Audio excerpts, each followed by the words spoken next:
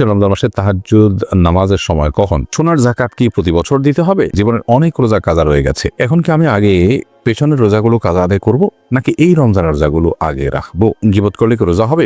বাবা মা মারা গেলে তাদের রোজার কাফারা বিষয়ে কি করণীয়? রমজানের রোজা রাখলে শুধু এক বছরের গুনাহ মাফ হবে, নাকি জীবনের পেছনের সকল গুনাহ মাফ হবে? মাহফুজ ইসলাম লিখেছেন, আমি একজন মহিলা, আমার প্রতিদিন এশার নামাজ রাত 12টায় পড়তে হয়, আমি চাইলে আগে পড়া সম্ভব নয়, তারাবির নামাজ এভাবে পড়তে হয়, আমি কি প্রতিদিন এভাবে পড়তে পারবো? স্ত্রী যাকাত কি স্বামী তার নিজের টাকা থেকে দিয়ে দিতে পারবেন? রোজা রাখা অবস্থায় কি গুপ্তাঙ্গের লোম পরিষ্কার করা যাবে? তারাবির নামাজের মাঝে বা শেষে কি দোয়া করা যাবে? রোজা অবস্থা যদি হস্তমৈথুন করে তাহলে রোজা ভেঙে যাবে কিনা? ভেঙে গেলে যদি সাথে সাথে ফরজ গোসল করে পুনরায় রোজা নিয়ত করে তাহলে রোজা হবে? বর্তমান সময় মহিলারা বাড়ি বাড়ি গিয়ে মাহফিল করে এবং মহিলা বৈঠক করে, ইসলাম ব্যাপারে কি বলে? মহিলাদের রোজার সময় পিরিয়ড হলে তার বিধান কি? রোজার জন্য মুখে নিয়ত করা জরুরি এবং নিয়ত কখন করতে হবে? পিল খেয়ে মাসিক বন্ধ রেখে রোজা রাখা যাবে কিনা? থুতু খেলে কি সিয়াম ভঙ্গ হবে? বোন তার ঋণগ্রস্ত ভাইকে যাকাত দিতে পারবে কিনা? রোজা রেখে পেস্ট দিয়ে ব্রাশ করলে কি রোজা ভেঙে যাবে? সাহারি না খেলে রোজা হবে কিনা? স্বপ্নদোষ হলে কি রোজা ভেঙে যায়? রোজা রেখে হস্তমৈথুন করে ফেললে বিধান কি? গোসল ফরজ হলে সে অবস্থায় সাহারি খাওয়া যাবে কিনা? গর্ভবতী নারীর রোজা না রাখার সুযোগ আছে? প্রথম যে প্রশ্নটি আমি দেখতে পাচ্ছি সেটি হলো, রোজা অবস্থায় ঘুমের মধ্যে স্বপ্নে কিছু খেতে দেখলে কি রোজার কোনো সমস্যা হয় কিনা? রোজা অবস্থায় স্বপ্নে যদি আমরা কোনো কিছু খেতে দেখি তাতে আমাদের রোজার কোনো ক্ষতি হবে না। স্বপ্নে শুধু খেতে দেখা নয়, অন্য যাই দেখি না কেন, স্বপ্নে দেখা বিষয়গুলো যেহেতু বান্দার এখতিয়ারাধীন নয়, ইচ্ছাকৃত মানুষ স্বপ্নে দেখেন না সাধারণত, যার কারণে এটার কোনো দায় বান্দাকে বহন করতে হবে না। বিধায় রোজা অবস্থায় স্বপ্নে আমরা যাই দেখি না কেন তার জন্য আমার রোজা ভঙ্গ হবে না। এরপর প্রশ্ন হলো, জাকাতের টাকা কাউকে না বলে দেওয়া যায় হবে কিনা এবং ভাই বোনকে জাকাত দেওয়া যাবে কিনা? ভাই বোন যদি প্রাপ্তবয়স্ক হয়ে থাকে, অভাবী থাকে, জাকাতের হকদার থাকে, তাদেরকে অবশ্যই জাকাতের টাকা দেওয়া যাবে। জাকাতের টাকা দিয়ে তাদেরকে স্বাবলম্বীও করে দেওয়া যাবে এবং জাকাতের টাকা দেওয়ার সময় জাকাত যিনি নিচ্ছেন তাকে না বলেও দেওয়া যাবে। আপনি মনোনিয়ত করলেন জাকাত দিচ্ছেন, তাকে বললে যেটা আপনি খরচ করেন, আপনি নিয়ত করলেন জাকাত থেকে দিচ্ছেন, এটা যথেষ্ট হবে। তাকে বলে দেওয়াটা এটা আবশ্যক কোনো বিষয় নয়। রমজান মাসে গুনাহ মাফের আমল ও দোয়া কি জানালে উপকৃত হব? রমজান মাসে গুনাহ মাফের জন্য সবচেয়ে বেশি যে কাজটি করতে হবে তাহলে শিরক থেকে নিজেকে পরিচ্ছন্ন রাখতে হবে, মুক্ত রাখতে হবে এবং হিংসা, বিদ্বেষ, শত্রুতা, মানুষের প্রতি এগুলো থেকে নিজেকে মুক্ত রাখতে হবে। সেই সাথে আল্লাহ রাব্বুল আলামিনের কাছে কায়মুর বাক্যে দোয়া করে যেতে হবে। এটি হলো রমজান মাসে দোয়ার কবুলের এবং আল্লাহর কাছ থেকে ক্ষমা লাভের জন্য সবচেয়ে বড় মাধ্যম। এই বিষয়টি করতে হবে, অপরাধ থেকে, গুনাহ থেকে বেঁচে থাকার চেষ্টা করতে হবে। এরপরে প্রশ্ন হলো, রোজা অবস্থায় স্বপ্নদোষ হলে কি রোজা নষ্ট হয়ে যায়? উত্তর হলো না, রোজা অবস্থায় স্বপ্নদোষ হলে রোজা ভঙ্গ হয় না। একটু আগে আমরা বলেছি, স্বপ্নে যাই কিছু দেখুক মানুষ, তার জন্য বান্দাকে কোনো দায়বর্তা বহন করতে হয় না। তবে স্বপ্নদোষের ফলে যদি বীর্যপাত হয়ে থাকে তার ফলে গোসল ফরজ ঠিকই হবে। এছাড়া স্বপ্নদোষের কারণে রোজা ভঙ্গ হবে না। বর্তমান সময় মহিলারা বাড়ি বাড়ি গিয়ে মাহফিল করে এবং মহিলা বৈঠক করে, ইসলামের ব্যাপারে কি বলে? মহিলাদের মধ্যে দিন প্রচারের কাজ, দাওয়াতের কাজ করতে পারেন, সেটা শরিয়ার সীমানার মধ্যে থেকে পর্দার বিধান মেনে অভিভাবকদের অনুমতি সাপেক্ষে এবং যদি তারা নিজের জায়গা থেকে তারা দাওয়াতের কাজ করতে পারেন, আজকাল মোবাইলে অনলাইনে বিভিন্ন করা যায়, সেক্ষেত্রেও যদি সীমালঙ্ঘন না হয় সেটি তারা করতে পারেন। অনেক মহিলারা এই জাতীয় তালিমের মধ্যে মাশগুল হয়ে নিজের সন্তান, স্বামী, সংসার এগুলো থেকে তারা অনেকটা উদাসীন হয়ে যান, যেটা অনুচিত। এক্ষেত্রে আমাদের ব্যালেন্স করতে হবে এবং সীমা লঙ্ঘন করা যাবে না। দাওয়াতের কাজ বা ইসলাম প্রচারের কাজ পুরুষদের পাশাপাশি মহিলারাও করবেন, সেটা বলা বাহুল্য। মাজিদুল ইসলাম আপনি লিখেছেন, প্রবাসীদের ফিতরা আদায়ের বিধান কি? আমরা কি দেশের হিসাব করে ফিতরা আদায় করবো, নাকি যেখানে থাকি ওই জায়গার হিসাবে দেওয়া লাগবে? আপনি যেখানে থাকেন সেখান থেকে হিসাব করে আপনি ফিতরা দিবেন। ফিতরা কি আলাদা করে রেখে ঈদের পর আদায় করা যাবে? না, ঈদের পর আদায় করলে ফিতরা আদায় হবে না, বরং ফিতরা আদায় করতে হবে ঈদের সালাতের আগে। নবী করিম সাল্লাল্লাহু আলাইহি ওয়াসাল্লাম বলেছেন, মান আদ্দাহা ক্বাবলা সালাত, যে ব্যক্তি ঈদের আগে ফিতরা আদায় করবে, ফাহিয়া মাকবুলা, তাহলে সেটা ফিতরা হিসেবে কবুল হবে। ওয়া মান আদ্দাহা বাদা সালাত, যে ব্যক্তি ঈদের পরে আদায় করবে, ফাহিয়া সাদাকাতুম মিনাস সাদাকাত, অন্য 10টা সাদকা আমাদের সাধারণ দান হবে। ফিতরার যে দায়িত্ব, সেই দায়িত্বের ফলে কিন্তু আদায় হবে না। এরপর প্রশ্ন, রোজা রাখলে হাত পা কাঁপে, মাথা ঘুরায়, শোয়া থেকে উঠতে পারি না, এখন কি করা উচিত? রোজা রেখে যদি কারোর এরকম পরিস্থিতি হয় এবং এটা যদি সহনীয় পর্যায়ে থাকে তাহলে তাকে সিয়াম রাখতে হবে। এই অজুহাতে সিয়াম ভাঙার সুযোগ নেই। আর যদি এটা চরম পর্যায়ে পৌঁছে যায় এবং কোনোভাবেই যদি এটা তারা করতে না পারেন, অর্থাৎ এই সিয়াম রাখতে গিয়ে তার মাথা ঘোরানো এবং হাত পা কাঁপা, এটা যদি চরম পর্যায়ে পৌঁছে, যেটা অসহনীয় পর্যায়ে এবং আশঙ্কা থাকে তার জীবনের উপরে, ডক্টর দেখানোর পর ডক্টরও যদি তাকে রেকমেন্ড করেন, যিনি সিয়ামের গুরুত্ব বুঝেন, এরকম ডক্টর, অভিজ্ঞ ডক্টর, তিনি যদি বলেন যে সিয়াম ভেঙে ফেলতে হবে, তাহলে সেক্ষেত্রে রোজা না রাখার সুযোগ আছে। কিন্তু সামান্য একটু শরীর খারাপ লাগছে, তাও তো রেস্ট করবেন, শুয়ে থাকবেন, কিন্তু রোজা ভাঙতে যাবেন না ঠুনকো অজুহাতে। এরপরে প্রশ্ন হলো, রোজা অবস্থা যদি হস্তমৈথুন করে তাহলে রোজা ভেঙে যাবে কিনা? ভেঙে গেলে যদি সাথে সাথে ফরজ গোসল করে পুনরায় রোজা নিয়ত করে তাহলে রোজা হবে না। এর ফলে রোজা আর জোড়া লাগবে না। হস্তমৈথুন করে বীর্যপাত যদি কেউ করে তার ফলে রোজা ভেঙে যাবে। এই রোজা তাকে পরবর্তীতে রেখে দিতে হবে, এবং এই রোজা ভাঙার ফলে তাকে কাফারাও আদায় করতে হবে। অর্থাৎ একটা রোজার কারণে তার একটা রোজা তো কাজা করতেই হবে, সাথে আরো 60টা রোজার টানা ধারাবাহিকভাবে বিরতিহীনভাবে রেখে দিতে হবে। এটি তার জন্য একরকম শাস্তি এবং এটি জঘন্য অপরাধ বটে। দেখুন, আল্লাহ মাফ করুক, এ ধরনের অপরাধ থেকে আল্লাহ তাআলা হেফাজত করুন, এবং এই ধরনের অপরাধ থেকে আমাদেরকে বেঁচে থাকার মতো সত্যি তাকওয়া আল্লাহ তাআলা আমাদেরকে দান করুন। এরপরে প্রশ্ন হলো, মানুষ মারা গেলে লাশের পাশে কোরআন পড়া যাবে কিনা? লাশের পাশে কোরআন পড়ার কোনো নির্দেশনা কোন হাদিসে আছে বলে আমরা জানি। মৃত ব্যক্তিকে খুব দ্রুততার সাথে দাফন কাফনের ব্যবস্থা করতে হবে, গোসল দেওয়াতে হবে, তার জন্য আল্লাহর কাছে দোয়া করতে হবে, ইস্তেগফার করতে হবে, ক্ষমা প্রার্থনা করতে হবে। এটা আমাদের করণীয়, তার পক্ষ থেকে দান সাদকা আমরা করতে পারি। কিন্তু তার লাশে বসে বসে কোরআন তেলাওয়াতের কোনো ফজিলত নাই। কোরআন তো যারা তেলাওয়াত করবে তাদের লাভ, মৃত ব্যক্তিত্ব এটাতে কোনো লাভ হওয়ার কারণ নেই। এরপরের প্রশ্ন হলো, তারাবির নামাজের মাঝে বা শেষে কি দোয়া করা যাবে? দোয়া তো যে কোনো সময় করা যায়, সে অর্থে আপনি তারাবি সালাতের মাঝে অথবা শেষে আপনি আল্লাহর কাছে দোয়া করতেই পারেন, কিন্তু এটাকে সিস্টেম বানিয়ে নেওয়া, যে 4 রাকাত পর পর দোয়া কিংবা শেষ হওয়ার পর সুনির্দিষ্ট একটি দোয়া গদবাদা হাত তুলে করা, এটিকে সিস্টেম বানিয়ে নেওয়াটা এটি বিদআতে পর্যবসিত হওয়ার আশঙ্কা আছে। শরীয়ত কোনো কিছু যদি নির্দেশ না করে সেটাকে শরীয়তের নির্দেশ মনে করে কিংবা সেটাকে শরীয়তের নির্দেশের মতো গুরুত্ব দিয়ে যদি কেউ আদায় করেন, তাহলে সেটাকে সওয়াবের কাজ, এই ইবাদতের পদ্ধতি বা নিয়ম যদি বানিয়ে নেন কেউ, তো সেটি বিদআতে পর্যবসিত হওয়ার সমূহ আশঙ্কা আছে। আপনি নিজে থেকে এমনি কখনো দোয়া করলেন, কখনো করলেন না, সেটা একান্ত আপনার ব্যক্তিগত বিষয়, কিন্তু সুনির্দিষ্ট দোয়ার ফরম্যাট ঠিক করে নেওয়ার কোনো সুযোগ কিন্তু নেই। এরপরে প্রশ্ন হলো, বিকাশ বা মোবাইল ব্যাংকিং এর মাধ্যমে যদি জাকাতের টাকা পাঠানো হয়, তাহলে তার চার্জ কাকে বহন করতে হবে, জাকাত দাতাকে না জাকাত গ্রহীতাকে? গুরুত্বপূর্ণ প্রশ্ন। মোবাইল ব্যাংকিং এর মাধ্যমে অথবা যে কোনো উপায়ে যদি আপনি জাকাত অভাবী মানুষের কাছে পাঠান, তাহলে জাকাত দাতা হিসাবে এটার খরচ আপনাকে বহন করতে হবে, জাকাত গ্রহীতাকে এর খরচ বহন করতে হবে না। জাকাত গ্রহীতা যদি এসে আপনার কাছ থেকে জাকাত নিয়ে যায়, সেটা সম্পূর্ণ স্বতন্ত্র বিষয়, তার খরচ তিনি বহন করবেন। বাট আপনার দায়িত্ব হলো, আপনি যখন তার কাছে জাকাত পাঠাবেন, তখন পাঠানোর খরচটা আপনাকে বহন করতে হবে। ধরুন 10,000 টাকা আপনি বিকাশ করেছেন অথবা এম ক্যাশ করেছেন কিংবা নগদ উপায় বা আরো যে সমস্ত মোবাইল ব্যাংকিং এর ব্যবস্থাপনা আছে কিংবা অন্য কোনো উপায় আপনি পাঠালেন, এই পাঠানোর ক্ষেত্রে যে খরচটা হবে সেই খরচটা আপনাকে সাথে দিয়ে দিতে হবে। 10,000 টাকার সাথে অতিরিক্ত খরচের টাকাটাও আপনাকে দিতে হবে, অর্থাৎ যাতে নিট 10,000 টাকা গরিব মানুষ উত্তোলন করতে পারে আপনার জাকাত থেকে। যদি আপনি এটি না করেন, তাহলে সেক্ষেত্রে আপনার জাকাত থেকে যে পরিমাণ টাকা কস্ট হিসাবে বা চার্জ হিসাবে কাটা হবে, সে পরিমাণ টাকা আপনার জাকাত থেকে অনাদায় থেকে যাবে, সেটি আবার আপনাকে আদায় করতে হবে। ধরুন 10,000 টাকা উত্তোলন করতে তার 1,000 টাকা খরচ হলো ফর এক্সাম্পল, তাহলে অথবা 100 টাকা খরচ হলো কিংবা 200 টাকা খরচ হলো, এই যে টাকাটা খরচ হলো, এই কয় টাকা আপনার জাকাত থেকে কম আদায় করা হলো, কারণ গরিব এই 200 টাকা কম পেয়েছে, 9,800 টাকা পেয়েছে হয়তো, কথার কথা। তো সেজন্য জাকাত দাতাকেই পাঠানোর খরচ বহন করতে হবে। এরপরে প্রশ্ন, রমজান মাসে দৈনিক ওজিফা হিসেবে কোন কোন সূরাগুলো পড়ব? রমাদান মাসে পড়ার জন্য সুনির্দিষ্ট কোনো সূরা আমার জানা নেই যে অমুক অমুক সূরাই শুধুমাত্র পড়তে রেকমেন্ড করা হয়েছে।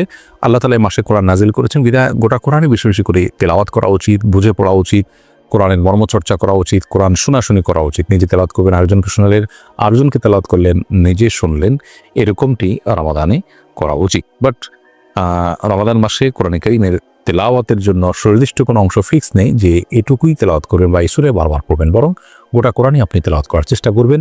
পুরো কোরআন যদি পড়ে শেষ করতে না পারেন, আপনি চেষ্টা করবেন কোরআনের মধ্যে থাকার, কোরআনের মধ্যে সেটা কোরআন পড়তে করতে আপনি মাঝামাঝি যান বা যতটুকু যান গেলেন, কিন্তু কোরআনকে আপনি পড়ে এবং কোরআনকে সময় দিয়ে আপনি রমজান কাটানোর চেষ্টা করবেন। সুনির্দিষ্ট কোনো অংশই পড়বেন এমন কোনো রেকমেন্ডেশন কোরআন হাদিসে আছে বলে আমাদের জানা নেই। পাকা চুল বা দাড়ি তুলে না ফেলে বেছে বেছে কেটে ফেলা যাবে কিনা? যেহেতু তুলে ফেললে গুনাহ হয়, তাই কেটে ফেলা যাবে কিনা? কেটে ফেলা তাও তো এক ধরনের তুলে ফেলার মতোই, যদিও আক্ষরিক অর্থে হাদিসের খেলাফ হবে না কেটে ফেললে, তারপরেও হাদিসে যেটি বলা হয়েছে সেটি দ্বারায় এই চুল অপসারণ করা বা এটাকে লুকানোর যে চেষ্টা করা, সেটা বিরুদ্ধে নবী সাল্লাল্লাহু আলাইহি ওয়াসাল্লাম আমাদেরকে মানে সেটা না করতে বলেছেন, এমনটিও হতে পারে। সে অর্থে মানে আমরা যদি কেটে ফেলি, সেটিও তার সেই নির্দেশের লঙ্ঘন হবে সেই ক্ষেত্রে, এই জন্য এটা অ্যাভয়েড করা উচিত। এবং তিনি বিকল্প যদি বলেছেন, তাহলে যে আমরা যে কোনো কালার করতে পারি, কালো ছাড়া লাল ইত্যাদি কালার করতে পারি। একা একা নামাজ পড়ার ক্ষেত্রে সূরা তেলাওয়াত, সূরা কোরআন তেলাওয়াতের সময় ঠোঁট না নাড়িয়ে মনে মনে তেলাওয়াত করা জায়েজ আছে কিনা। একা একা যখন আমরা সালাত আদায় করবো তখন সূরা, কেরাত ইত্যাদি এগুলো আমাদেরকে ঠোঁট নাড়িয়ে তেলাওয়াত করতে হবে। মনে মনে তেলাওয়াত করলে সেটা তেলাওয়াত হিসাবে গণ্য হবে না, কোরআন পাঠ হিসাবে গণ্য হবে না। পাঠের জন্য অবশ্যই আমাদের ঠোঁট, জিহ্বা ইত্যাদি নড়তে হবে। এর পরের প্রশ্ন হলো, রোজা রাখা অবস্থায় কি গুপ্তাঙ্গের লোম পরিষ্কার করা যাবে? উত্তর হলো করা যাবে, কোনো অসুবিধা নাই, এর ফলে রোজার বা সিয়ামের কোনো ক্ষতি হবে না। আকবর আলী আপনি লিখেছেন, রোজা রেখে টিকা বা ইনসুলিন নিলে কি রোজা ভেঙে যাবে? না, এর কারণে রোজা ভাঙবে না, কারণ টিকা বা ইনসুলিন এগুলো চামড়ার সামান্য একটু নিচে নেওয়া হয়, এগুলো পেট পর্যন্ত, পাকস্থলী পর্যন্ত পৌঁছায় না, যার কারণে খাদ্য এবং পানীয় কাজ এগুলো দেয় না, ফলে এগুলো নিলে রোজা ভঙ্গ হবে না। মোহাম্মদ আজাদ হোসেন আপনি লিখেছেন, দাঁতের মাড়ি থেকে পুজ এবং রক্ত নির্গত হলে কি রোজা ভঙ্গ হবে? দাঁতের মাড়ি থেকে পুজ এবং রক্ত নির্গত হলে রোজা ভঙ্গ হবে না, তবে সেটা যদি আপনি গিলেন এবং খেয়ে পড়েন ইচ্ছাকৃতভাবে, তাহলে সেক্ষেত্রে সেটি রোজা ভঙ্গের কারণ হবে। আর দ্রুতর সাথে আপনার ইচ্ছার বাইরে সামান্য কিছু যায়, যেটা আপনার নিয়ন্ত্রণের বাইরে, সেটা কারণে রোজা ভঙ্গ হবে না। তবে অবশ্যই পুজ, রক্ত এগুলো বের হলে আপনাকে ফেলে দিতে হবে। এরপরে আব্দুল করিম আপনি লিখেছেন, সাহারি না খেলে রোজা হবে কিনা? সাহারি যদি কেউ না খায় তাহলে সেক্ষেত্রে তার রোজা হয়ে যাবে। কোনো কারণে সাহারি খেতে উঠতে পারেন নাই, অথবা আপনি সাহারি খানই নাই, তাও রোজা হয়ে যাবে। নবী করিম সাল্লাল্লাহু আলাইহি ওয়াসাল্লাম নফল রোজার ক্ষেত্রে বিশেষ করে সকালেও যেহেতু নিয়ত করা যায়, নবী সাল্লাল্লাহু আলাইহি ওয়াসাল্লাম এরকম হয়েছে যে একবার রাতে তো খাননি, সকালে দিনে একটা বড় অংশ পার হয়ে গেছে, তিনি তখন বলেন ঠিক আছে তাহলে আমি রোজাদার। তারা বোঝা গেল সাহারি না খেয়ে রোজা রাখা যাবে, কিন্তু সাহারি খাওয়াটা সুন্নাহ। নবী করিম সাল্লাল্লাহু আলাইহি ওয়াসাল্লাম বলেছেন, তাসাহহারু ফাইন্না ফিস সাহুরি বারাকা, তোমরা সাহারি খাও কারণ সাহারির খাবার মধ্যে বারাকা রয়েছে। বিজন্য সাহারি খাওয়াটা সুন্নাত, কিন্তু না খেলে রোজা হবে না, ব্যাপারটা সেরকম না। আলামিন আপনি লিখেছেন, রোজা রেখে পেস্ট দিয়ে ব্রাশ করলে কি রোজা ভেঙে যাবে? না, এর কারণে রোজা ভেঙে যাবে না। বিশেষ করে যখন পেস্ট আপনি গিলবেন না ইচ্ছাকৃতভাবে, তখন রোজা ভাঙবে না। যদি ইচ্ছাকৃত গিলেন তাহলে সেক্ষেত্রে রোজা ভেঙে যাবে। পেস্টের কিছুটা স্বাদ যদি আপনার জিহ্বাতে পা থুতুর সাথে পেটে যায়, তাহলে সেক্ষেত্রেও রোজা ভাঙবে না। তবে আপনি পেস্ট যাতে কোনোভাবে ভিতরে না যায়, তার জন্য বারবার থুতু ফেলে ব্রাশ করে কুলি করে আপনি মুখ পরিষ্কার করবেন। এরপরও যে এর গন্ধ, ঘ্রাণ ইত্যাদি বা স্বাদিতে আপনি গলা দিকে অনুভব করতে থাকেন বা আপনার ভেতরে প্রবেশ করে, তাতে রোজা ভাঙবে না। অতএব পেস্ট দিয়ে ব্রাশ করলে রোজা ভাঙবে না। তবে রোজা অবস্থায় পেস্ট দিয়ে ব্রাশ না করে দিনের বেলা বিশেষ মেসওয়াক করাটা হলো সুন্নাহ। আর ব্রাশ করতে চাইলে পেস্ট দিয়ে সেটা সাহারি খাওয়ার আগে করাটাই হলো অধিকতর উত্তম, কারণ ওলামায়ে কেরাম এটাকে মাকরুহ বলেছেন। মাসুম আহমদ আপনি লিখেছেন, রোজা রেখে হস্তমৈথুন করে ফেললে বিধান কি? রোজা রেখে হস্তমৈথুন যদি কেউ করে ফেলেন তাহলে তো রোজা ভেঙে গেল। আল্লাহ মাফ করুন, তার ইস্তেগফার করতে হবে, তওবা করতে হবে, আল্লাহর কাছে মাফ চাইতে হবে এবং এই রোজা পরবর্তীতে রেখে দিতে হবে। ফুকাহা হানাফের মতে এই রোজার পাশাপাশি একটি কাজার সাথে 60টা কাফারা এটার সাথে আদায় করতে হবে, তারপর সে দায়মুক্ত হবে এবং আল্লাহর কাছে এর জন্য আলাদা করে ক্ষমা চাইতে হবে, ইস্তেগফার করতে হবে। মাজহার আলম লিখেছেন, রোজা রেখে নাক, কানের, চোখে ড্রপ ব্যবহার করার বিধান কি? দেখুন, যে অঙ্গে ব্যবহার করলে সেটি আপনার কন্ট্রোনালি হয়ে ভেতরে প্রবেশ করে সঙ্গে ব্যবহার করা জায়েজ নয়। যেমন নাকে আমরা যদি ড্রপ দিই তাহলে সেক্ষেত্রে অবশ্যই সেই ড্রপ আমাদের ভেতরে যাবে, সর্বসম্মতিক্রমে এটি এই জন্য জায়েজ নয়। চোখে যদি আমরা ড্রপ দিই সেটি আমাদের পেট পর্যন্ত যাওয়ার সম্ভাবনা নেই, যার কারণে সেখানে আপনি রোজা রেখে ড্রপ দিতে পারেন। আর যদি কানে ড্রপ দেন সেটা আমাদের ভেতরে যাওয়ার সম্ভাবনা আছে, সেজন্য অ্যাভয়েড করতে পারলে ভালো। রিয়াজউদ্দিন লিখেছেন, রোজা রেখে ভিডিও গেম বা দাবা লুডো খেলে সময় পাস করলে গুনাহ হবে কিনা? রোজা রেখে যদি আপনি এগুলো করেন তাহলে সেক্ষেত্রে আপনার রোজাটা হালকা হবে এবং রোজার মান নষ্ট হবে, রোজার কোয়ালিটি কমে যাবে, যেহেতু আপনি এমন কাজ করছেন যা সিয়ামের উদ্দেশ্যের পরিপন্থী। সিয়াম এসেছে আমাকে মুত্তাকি বানাবার জন্য, আপনি হয়তো কাজে লিপ্ত, এ কোনো ভালো মুসলমানের চরিত্র নয়, অতএব আপনি মুত্তাকি হতে পারলেন না। নবী করিম সাল্লাল্লাহু আলাইহি ওয়াসাল্লাম বলেছেন, মিন হুসনি ইসলামিল মারই তারকু মা লা ইয়ানি, একজন মানুষের ইসলামটা সৌন্দর্যমণ্ডিত হবে যখন সে অহেতুক অনর্থক বিষয়গুলোকে পরিহার করবে। বিধায় এগুলো পরিহার না করলে আপনার সিয়ামটা মানসম্মত সিয়াম হয় না। তবে কাগজে কলমে সিয়াম বিশুদ্ধ হয়ে যাবে যদি পানাহার এবং স্ত্রী বর্জন করে থাকেন আপনি। সাইদ গুলজার আলী আপনি লিখেছেন, ওযু করার পরে হাঁটুর উপর কাপড় উঠলে ওযু ভেঙে যাবে? না, ওযু করার পরে হাঁটুর উপর কাপড় ভেঙে উঠলে ওযু ভেঙে যাবে না। তবে ইচ্ছাকৃতভাবে অন্যের সামনে এরকম করা অনুচিত, ফজতরকের গুনাহ হবে। আর যদি ইচ্ছাকৃতভাবে ওদের সামনে না তোলেন, এমনিতে উঠে গেছে, তাহলে সেক্ষেত্রে আপনার গুনাহ হবে না, আর ওযু ভঙ্গ হবে না, কারণ এটা ওযু ভঙ্গের কোনো কারণ নয়। ফাতেমা এটা থেকে আপনি লিখেছেন, গর্ভবতী নারীর রোজা না রাখার সুযোগ আছে কিনা? গর্ভবতী নারী যদি রোজা রাখার ফলে গর্ভস্থ সন্তান ভয়াবহ কোনো ক্ষতির সম্মুখীন হবে, আল্লাহ না করুন সেরকম আশঙ্কা যদি তৈরি হয়, তাহলে সেক্ষেত্রে তিনি রোজা না রাখার সুযোগ আছে। কিংবা তিনি রোজা রাখলে তার নিজের জীবন হানির আশঙ্কা যদি থাকে, তাহলে সেক্ষেত্রে রোজা না রাখা তার সুযোগ আছে। কিন্তু গর্ভস্থ নারী গর্ভবতী অবস্থায় রোজা রাখলে তার একটু কষ্ট হবে, গর্ভস্থ সন্তানের একটু কষ্ট হতে পারে, এরকম কিছু চিন্তা করে রোজা না রাখার কোনো সুযোগ নেই। রোজাটা এরকম ছেলে খেলা নয় যে সামান্য ঠুনকো অজুহাতে আমরা রোজাটা ছেড়ে দিব, বরং এই অবস্থা রোজা রাখার আপনার চেষ্টা অব্যাহত রাখতে হবে। প্রয়োজনে আপনি সাপ্লিমেন্টারি বিভিন্ন খাবার গ্রহণ করবেন যাতে শরীর আপনার দুর্বল হয়ে না পড়ে। আপনি আরো বিভিন্ন পদ্ধতিতে রোজা রাখাটাকে সহজ করতে পারেন, যেমন দিনের বেলায় বেশিরভাগ শুয়ে ঘুমিয়ে এবং রাতে বেলায় কাজ করে আপনি দিনের রোজা রাখাটাকে সহজ নিয়ে করতে পারেন। এরকম বিভিন্নভাবে আমাদের মা-বোনদের রোজা রাখা উচিত। গর্ভস্থ সন্তান নেককার হওয়ার জন্য আপনার ইবাদতবন্দি আরও বেশি করা উচিত, যাতে করে এটার প্রভাব তার উপরে পড়ে। তবে হ্যাঁ, এটার জন্য অবশ্যই নিজের সেফটি এবং সন্তানের সেফটি বিষয়ে আপনি খেয়াল রাখবেন। মোতাহার হোসেন আপনি লিখেছেন, গোসল ফরজ হলে সে অবস্থায় সাহারি খাওয়া যাবে কিনা? গোসল ফরজ হয়েছে, এই অবস্থা আপনি সাহারি খাচ্ছেন, জায়েজ হবে, এটা না জায়েজ কিংবা হারাম নয়। গোসল ফরজ হওয়া অবস্থায় সাহারি খাওয়া যায়, তবে আপনাকে অবশ্যই ফজর নামাজের আগে গোসল করে ফজর নামাজ আদায় করতে হবে। ফারুক আহমেদ আপনি লিখেছেন, স্বপ্নদোষ হলে কি রোজা ভেঙে যায়? স্বপ্নদোষ যদি হয় তাহলে সেই স্বপ্নদোষ রোজা ভাঙার কোনো কারণ নয়, যেহেতু এটি আপনার নিয়ন্ত্রণে ছিল না এবং আপনার ইচ্ছায় হয়নি, বিধায় এর কারণে কোনো গুনাহ হবে না এবং এটা আপনার রোজা ভাঙার কোনো কারণও হবে না। তবে হ্যাঁ, স্বপ্নদোষের ফলে গোসল তো অবশ্যই আপনাকে করতে হবে। গোসল করে আপনি ফজরের সালাত আদায় করবেন, কিন্তু সাহরি খাওয়ার জন্য এটা কোনো প্রতিবন্ধকতা নয়। অনেকে দেখা যায় যে শেষ মুহূর্তে সময় কম থাকে, তিনি গোসল করা ছাড়া সাহরি খাবেন না, গোসল করতে গেলে আবার সাহরি খেতে পারেন না। তো এই কষ্টের কোনো প্রয়োজন নাই, গোসল অবস্থায় সাহরি খাওয়া যায়। নাসরিন আক্তার আপনি লিখেছেন, বোন তার ঋণগ্রস্ত ভাইকে জাকাত দিতে পারবে কিনা? অবশ্যই দিতে পারবে ঋণগ্রস্ত ভাইকে জাকাত, কারণ ভাই বোন কেউ কারোর ভরণ পোষণ দিতে বাধ্য নন। এরকম পরিস্থিতিতে একে অন্যকে জাকাতের টাকা দিতে কোনো অসুবিধা নেই, বরং আত্মীয় স্বজন যদি জাকাতের হকদার হয় তাদেরকে জাকাতের টাকা দিলে বরং সওয়াবের পরিমাণ আরও বেশি হবে। বিকজ নবী করিম সাল্লাল্লাহু আলাইহি ওয়াসাল্লাম বলেছেন, আস-সাদাকাতু আলাল মিসকিনি সাদাকা ওয়া সাদাকাতু আলা দিল কুরবা সালাতুন ওয়া সাদাকাতুন। যারা নিকট আত্মীয়, রক্ত সম্পর্কীয় আত্মীয়, তাদেরকে যদি সাদাকা করা হয়, জাকাত দেওয়া হয়, তাহলে ডাবল সওয়াব হবে আত্মীয়তার বন্ধন রক্ষা করা, এবং সেই সাথে আপনার বাবা মার আত্মীয় স্বজনের প্রতি সম্পর্ক রক্ষার পাশাপাশি জাকাত আদায় হওয়া, দান করা, তাহলে দানের সওয়াব এবং আত্মীয়তার বন্ধন রক্ষা করা দুইটাই যেহেতু হজের মাধ্যমে, সেজন্য দুইটা সওয়াব পাওয়া যাবে। আর সাধারণ মিসকিনকে দান করলে সেটা সাধারণ সওয়াব হবে। পিল খেয়ে মাসিক বন্ধ রেখে রোজা রাখা যাবে কিনা? যাবে, যদি আপনার শরীরে কোনো ক্ষতিকর কোনো কিছু এর কারণে না হয়, সাইড এফেক্ট যদি ক্ষতিকর কিছু না থাকে, তাহলে সেক্ষেত্রে আপনি পিল খেয়ে রোজা বন্ধ মাসিক বন্ধ রেখে আপনি রোজা রাখতে পারেন। তবে আল্লাহ তাআলা স্বাভাবিক নিয়মের পরে ছেড়ে দিতে পারে, বেশি ভালো। আহমেদুল এর দিকে লিখেছেন, থুতু খেলে কি সিয়াম ভঙ্গ হবে? থুতু গিলে ফেললে সিয়াম ভঙ্গ হবে না। নতুন রোজা রাখার পর বিশেষ করে অনেক কিশোররা আছেন ঘন ঘন থুতু ফেলতে থাকেন, এটা কোনো প্রয়োজন নেই কষ্ট করার। সিয়াম ভঙ্গ হবে না যদি থুতু আপনি গিলে ফেলেন, এর কারণে আপনার রোজা ভঙ্গ হবে না ইনশাআল্লাহ। তবে একত্র করে যদি গেলে সেটা মাকরুহ, তারপর রোজা ভঙ্গ হবে না। ফরিদুল হক আপনি লিখেছেন, রোজার জন্য মুখে নিয়ত করা জরুরি এবং নিয়ত কখন করতে হবে?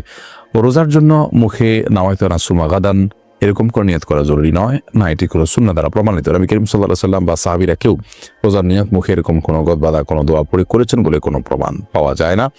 নিয়ত মানে হলো মনের ইচ্ছা, বিধায় আপনি সিয়াম পালন করছেন আগামীকাল, এই ইচ্ছা আপনার আছে, আপনি সেরি খেতে উঠেছেন, এটুকু যথেষ্ট যে আপনি কি সিয়াম রাখছেন আপনি জানেন, আপনি যে জানেন আপনার মাথায় আছে সেটাই নিয়ত, এর বাইরে আলাদা করে মুখ উচ্চারণ করার কোনো প্রয়োজন নেই। ফেরদাউস আহমেদ আপনি লিখেছেন, মহিলাদের রোজার সময় পিরিয়ড হলে তার বিধান কি? পিরিয়ড হলে তিনি রোজা রাখবেন না, দিনের বেলায় পিরিয়ড হলে ওই দিনটার রোজা তাকে কাজা করতে হবে এবং তিনি ওই অবস্থা জিকির, আজকার, তাসবিহ, তারপর দোয়া দুরুদ এগুলো করতে পারবেন। কোরআন তেলাওয়াত করবেন না, স্বামী সহবাস করবেন না, নামাজ পড়বেন না এবং রোজা রাখবেন না, রোজাগুলো পরে রেখে দিতে হবে। সম্পর্কে আপনি লিখেছেন, কোরআন শরীফ মোবাইল থেকে শুনলে কি খতমের সওয়াব হবে? কোরআন কারীম মোবাইল থেকে রেকর্ডেড তেলাওয়াত শুনলেও খতমের সওয়াব হবে যদি পরিপূর্ণ মনোযোগের সাথে আপনি পড়েন এবং বোঝার চেষ্টা করলে সেটা আরও বেশি প্রশংসনীয়। আর শোনার পাশাপাশি তেলাওয়াতেরও চেষ্টা করা উচিত। খোলাসা কথা হলো, কোরআন কারীমের রেকর্ডেড তেলাওয়াত শুনলেও ইনশাআল্লাহ আপনি সওয়াব পাবেন। এমনি লাবিব তানভীর লিখেছেন, গীবত করলে কি রোজা হবে? রোজার স্ট্রাকচার হয়ে যাবে, অর্থাৎ বাহ্যিকভাবে রোজা হয়ে যাবে, কিন্তু অন্তর্নিহিত যে রোজা সেটি হবে না, অর্থাৎ রোজার প্রাণ ক্ষতিগ্রস্ত হবে, যার কারণে রোজার মান কমে যাবে, কোনো কোনো ক্ষেত্রে রোজা অর্থহীন হয়ে যেতে পারে। এই জন্য রোজা রেখে গীবত করা, অন্যান্য পাপের কাজ করা অনুচিত এবং দূরতে বেঁচে থাকা উচিত। এমনি ওয়াকিল আজম আপনি লিখেছেন, সোনার জাকাত কি প্রতি বছর দিতে হবে? স্বর্ণ, রূপা, নগদ অর্থ, ব্যবসার মাল সহ জাকাত যোগ্য যে সমস্ত সম্পদ আছে সেসব সম্পদ প্রতি জাকাত বর্ষে একবার করে আদায় করতে হবে। বিধায় এটি একবার আদায় করলেই সারা জীবনের জন্য আদায় হয়ে যাবে না, বরং প্রতি বছর একবার করে দিতে হবে যদি এক বছর আপনার কাছে সেটি থাকে। বেলাল হোসেন আপনি লিখেছেন, জীবনের অনেক রোজা কাজা রয়ে গেছে, এখন কি আমি আগে পেছনের রোজাগুলো কাজা আদায় করব নাকি এই রমজানের রোজাগুলো আগে রাখবো? দেখুন, জীবনের যদি অনেক রোজা আপনার কাজা হয়ে থাকে ইতিপূর্বে, তাহলে সেক্ষেত্রে সে রোজাগুলো এই রমজানের আগে আগে আপনার রেখে ফেলা উচিত ছিল, কর্তব্য ছিল। এখন তো রমজান চলেই এসেছে, অতএব এই রমজানের রোজাগুলো আপনাকে রাখতে হবে। এই রমজান শেষ হওয়ার সঙ্গে সঙ্গেই আপনি বিলম্ব না করে বিগত বছরের বিগত জীবনের যে রোজাগুলো আপনার কাজা হয়েছে সেগুলো রেখে ফেলার চেষ্টা আপনাকে অব্যাহত রাখতে হবে। লাকি আপনি লিখছেন, বাবা মা মারা গেলে তাদের রোজার কাফফারা বিষয়ে কি করণীয়? কোনো বাবা মা যদি মারা যান সেক্ষেত্রে তাদের রোজার কাফফারা দিতে হবে। প্রত্যেকটা রোজার জন্য তারা যদি রোজাগুলো রাখতে পারেন নাই অসুস্থজনিত কারণে, হয়তো পরে সুস্থ হয়ে রাখবেন সে আশা ছিল, কিন্তু আল্লাহ তাআলা তাদেরকে নিয়ে গেছেন দুনিয়া থেকে, কিংবা তারা এমন অসুস্থ হয়ে গেছেন যে আর সুস্থ হওয়ার সম্ভাবনা ছিল না। যাই হোক, এই অবস্থা তাদের মৃত্যু হয়ে গেলে তাদের তরফ থেকে প্রতিটা রোজার জন্য একটা করে ফিতরা দিতে হবে, মিসকিনকে খাদ্য দিতে হবে। 1.5 কেজি করে চাউল দিলে 30 রোজার জন্য 45 কেজি চাউল দিয়ে দিলে আপনি ইনশাআল্লাহ দায়মুক্ত হবেন এবং তার বাবা আপনার মা দায়মুক্ত হয়ে যাবেন। ভাইয়া আক্তার আপনি লিখেছেন, রমজানের রোজা রাখলে শুধু 1 বছরের গুনাহ মাফ হবে নাকি জীবনের পেছনের সকল গুনাহ মাফ হবে? বোন ভাইয়া আক্তার, নবী করিম সাল্লাল্লাহু আলাইহি ওয়াসাল্লাম বলেছেন, মান সামা রমাদান ঈমানান ওয়া ইহতিসাবা, যে ব্যক্তি রমাদান মাস ব্যাপী রোজা রাখবে ঈমানের সাথে, ইখলাসের সাথে, নিষ্ঠার সাথে, গফিরা লাহু মা তাকাদ্দামা মিন যামবিহি, তার পেছনের সমস্ত গুনাহ মাফ করে দেওয়া হবে। এই হাদিস থেকে বোঝা যায় গোটা জীবনের গুনাহ আল্লাহ তাআলা মাফ করবেন, 1 বছরের নয়। তবে হ্যাঁ, এখানে গুনাহ মাফ বলতে ছোট ছোট গুনাহের কথাই বোঝানো হয়েছে, কারণ বড় গুনাহ এবং কাবিরা গুনাহ যেগুলো সেগুলো তওবা ছাড়া মাফ হবে না। বিধায় সিয়াম যদি রাখার পাশাপাশি আপনি তওবায়ে নাসুহা করতে পারেন, সিয়ামের যে বার্তা সেটা যদি আপনি ক্যাচ করতে পারেন, টেক করতে পারেন, ধরতে পারেন, এবং সেটা ধরে যদি আপনি পেছনের সমস্ত কৃতকর্মের জন্য লজ্জিত হয়ে আল্লাহর কাছে ক্ষমা প্রার্থনা করে ভবিষ্যতে আর এ সমস্ত পাপাচারে লিপ্ত হবেন না মর্মে সংকল্প করেন, তাহলে এটি তাওবা হয়ে গেল। এরকম ভাবে যদি আপনি সিয়াম পালন করতে পারেন তাহলে সগীরা কবিরা সব গুনাহ মাফ হবে ইনশাআল্লাহ তাআলা। এর পরের প্রশ্ন হলো, রোজা অবস্থায় তেল, সুরমা, আতর ইত্যাদি ব্যবহার করলে নখ বা চুল কাটলে কি রোজার কোনো ক্ষতি হবে? রমাদান মাসে রোজা অবস্থায় তেল, সুরমা, আতর এগুলো ব্যবহার করলে রোজার কোনো ক্ষতি হবে না। ঠিক একইভাবে চুল, নখ ইত্যাদি কাটলেও সিয়ামের কোনো ক্ষতি হবে না, কারণ এগুলোর কোনোটাই খাদ্য কিংবা খাদ্যের সাথে সাদৃশ্যপূর্ণ কোনো বিষয় নয়। যদি আপনি রোজা রেখে খাদ্য গ্রহণ করেন, পানীয় গ্রহণ করেন, কিংবা খাদ্য বা পানীয়ের কাজ দেয় বা এটার সাথে সাদৃশ্য হয় এরকম কোনো কিছু আপনি করেন, তাহলে সেক্ষেত্রে সেটি সিয়াম ভঙ্গের কারণ হবে।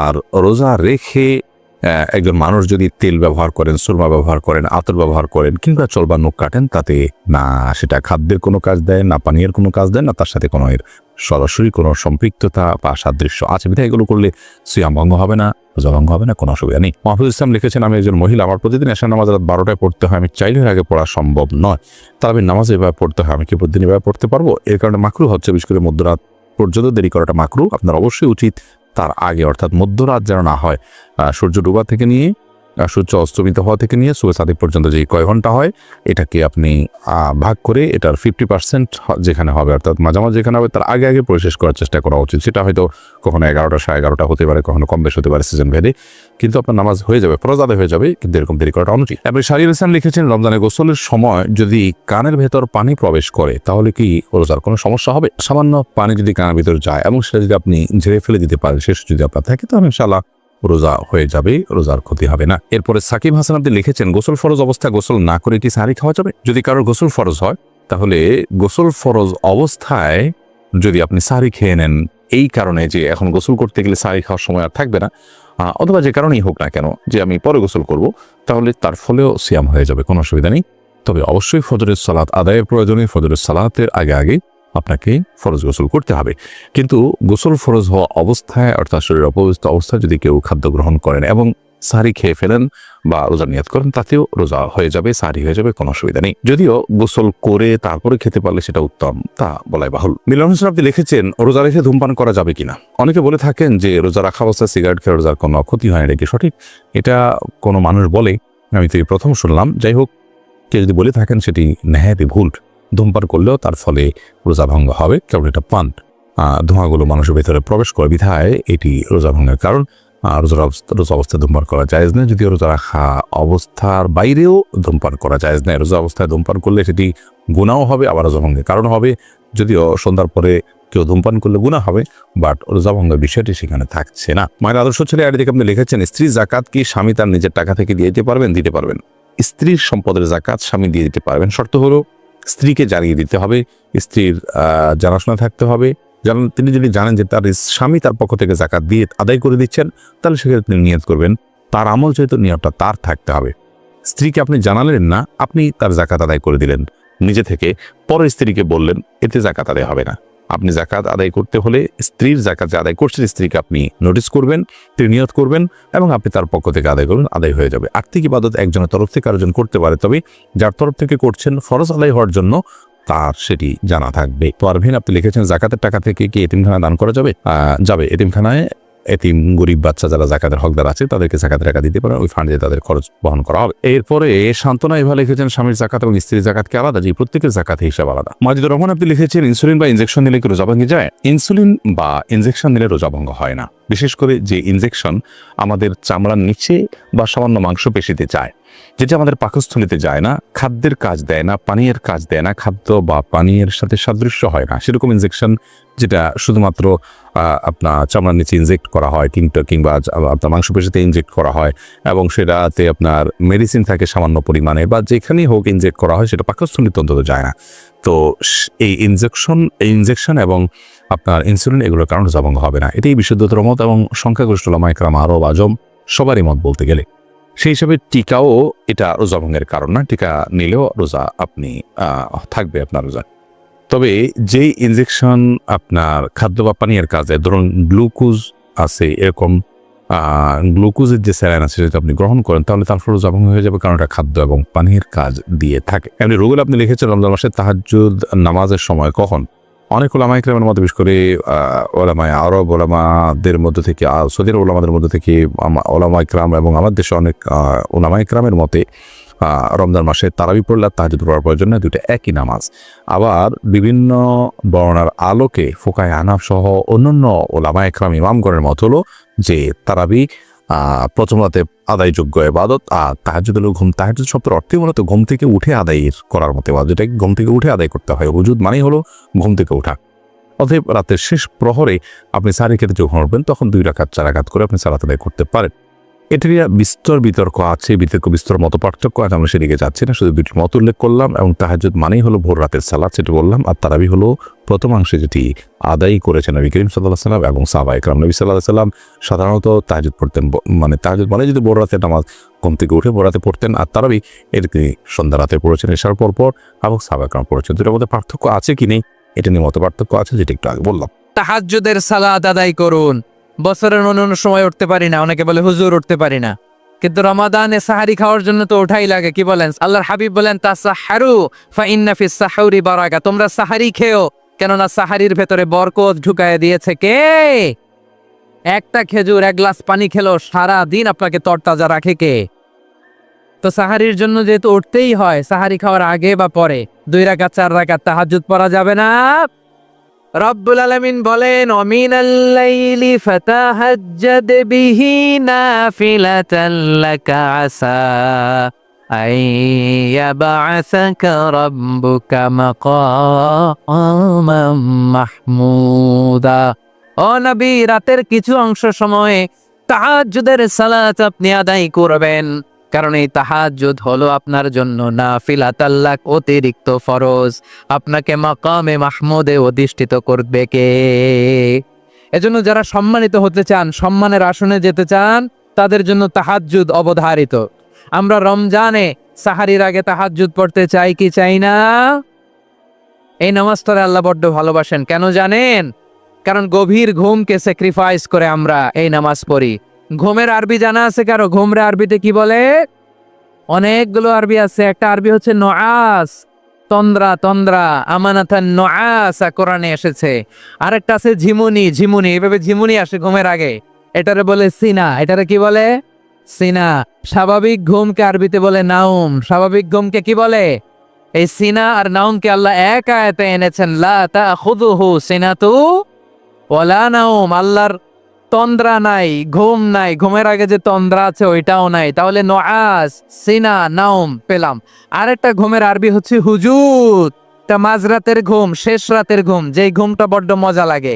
কাঁথা টেনে টেনে, ব্ল্যাঙ্কেট টেনে টেনে আরেকটু ঘুমাইতে মন চায়, আর 1 মিনিট, আর 2 মিনিট, এরকম একটা মজার ঘুম শেষ রাতে আছে না নাই? এই শেষ রাতের ঘুম, এই হুজুদের ঘুমকে স্যাক্রিফাইস করে যে সালাত পড়া হয়, ওই সালাতের আরবি নাম হচ্ছে সলাতুল হুজুদ বা সলাতুত তাহাজ্জুদ। চিল্লায় বলেন আল্লাহু আকবার।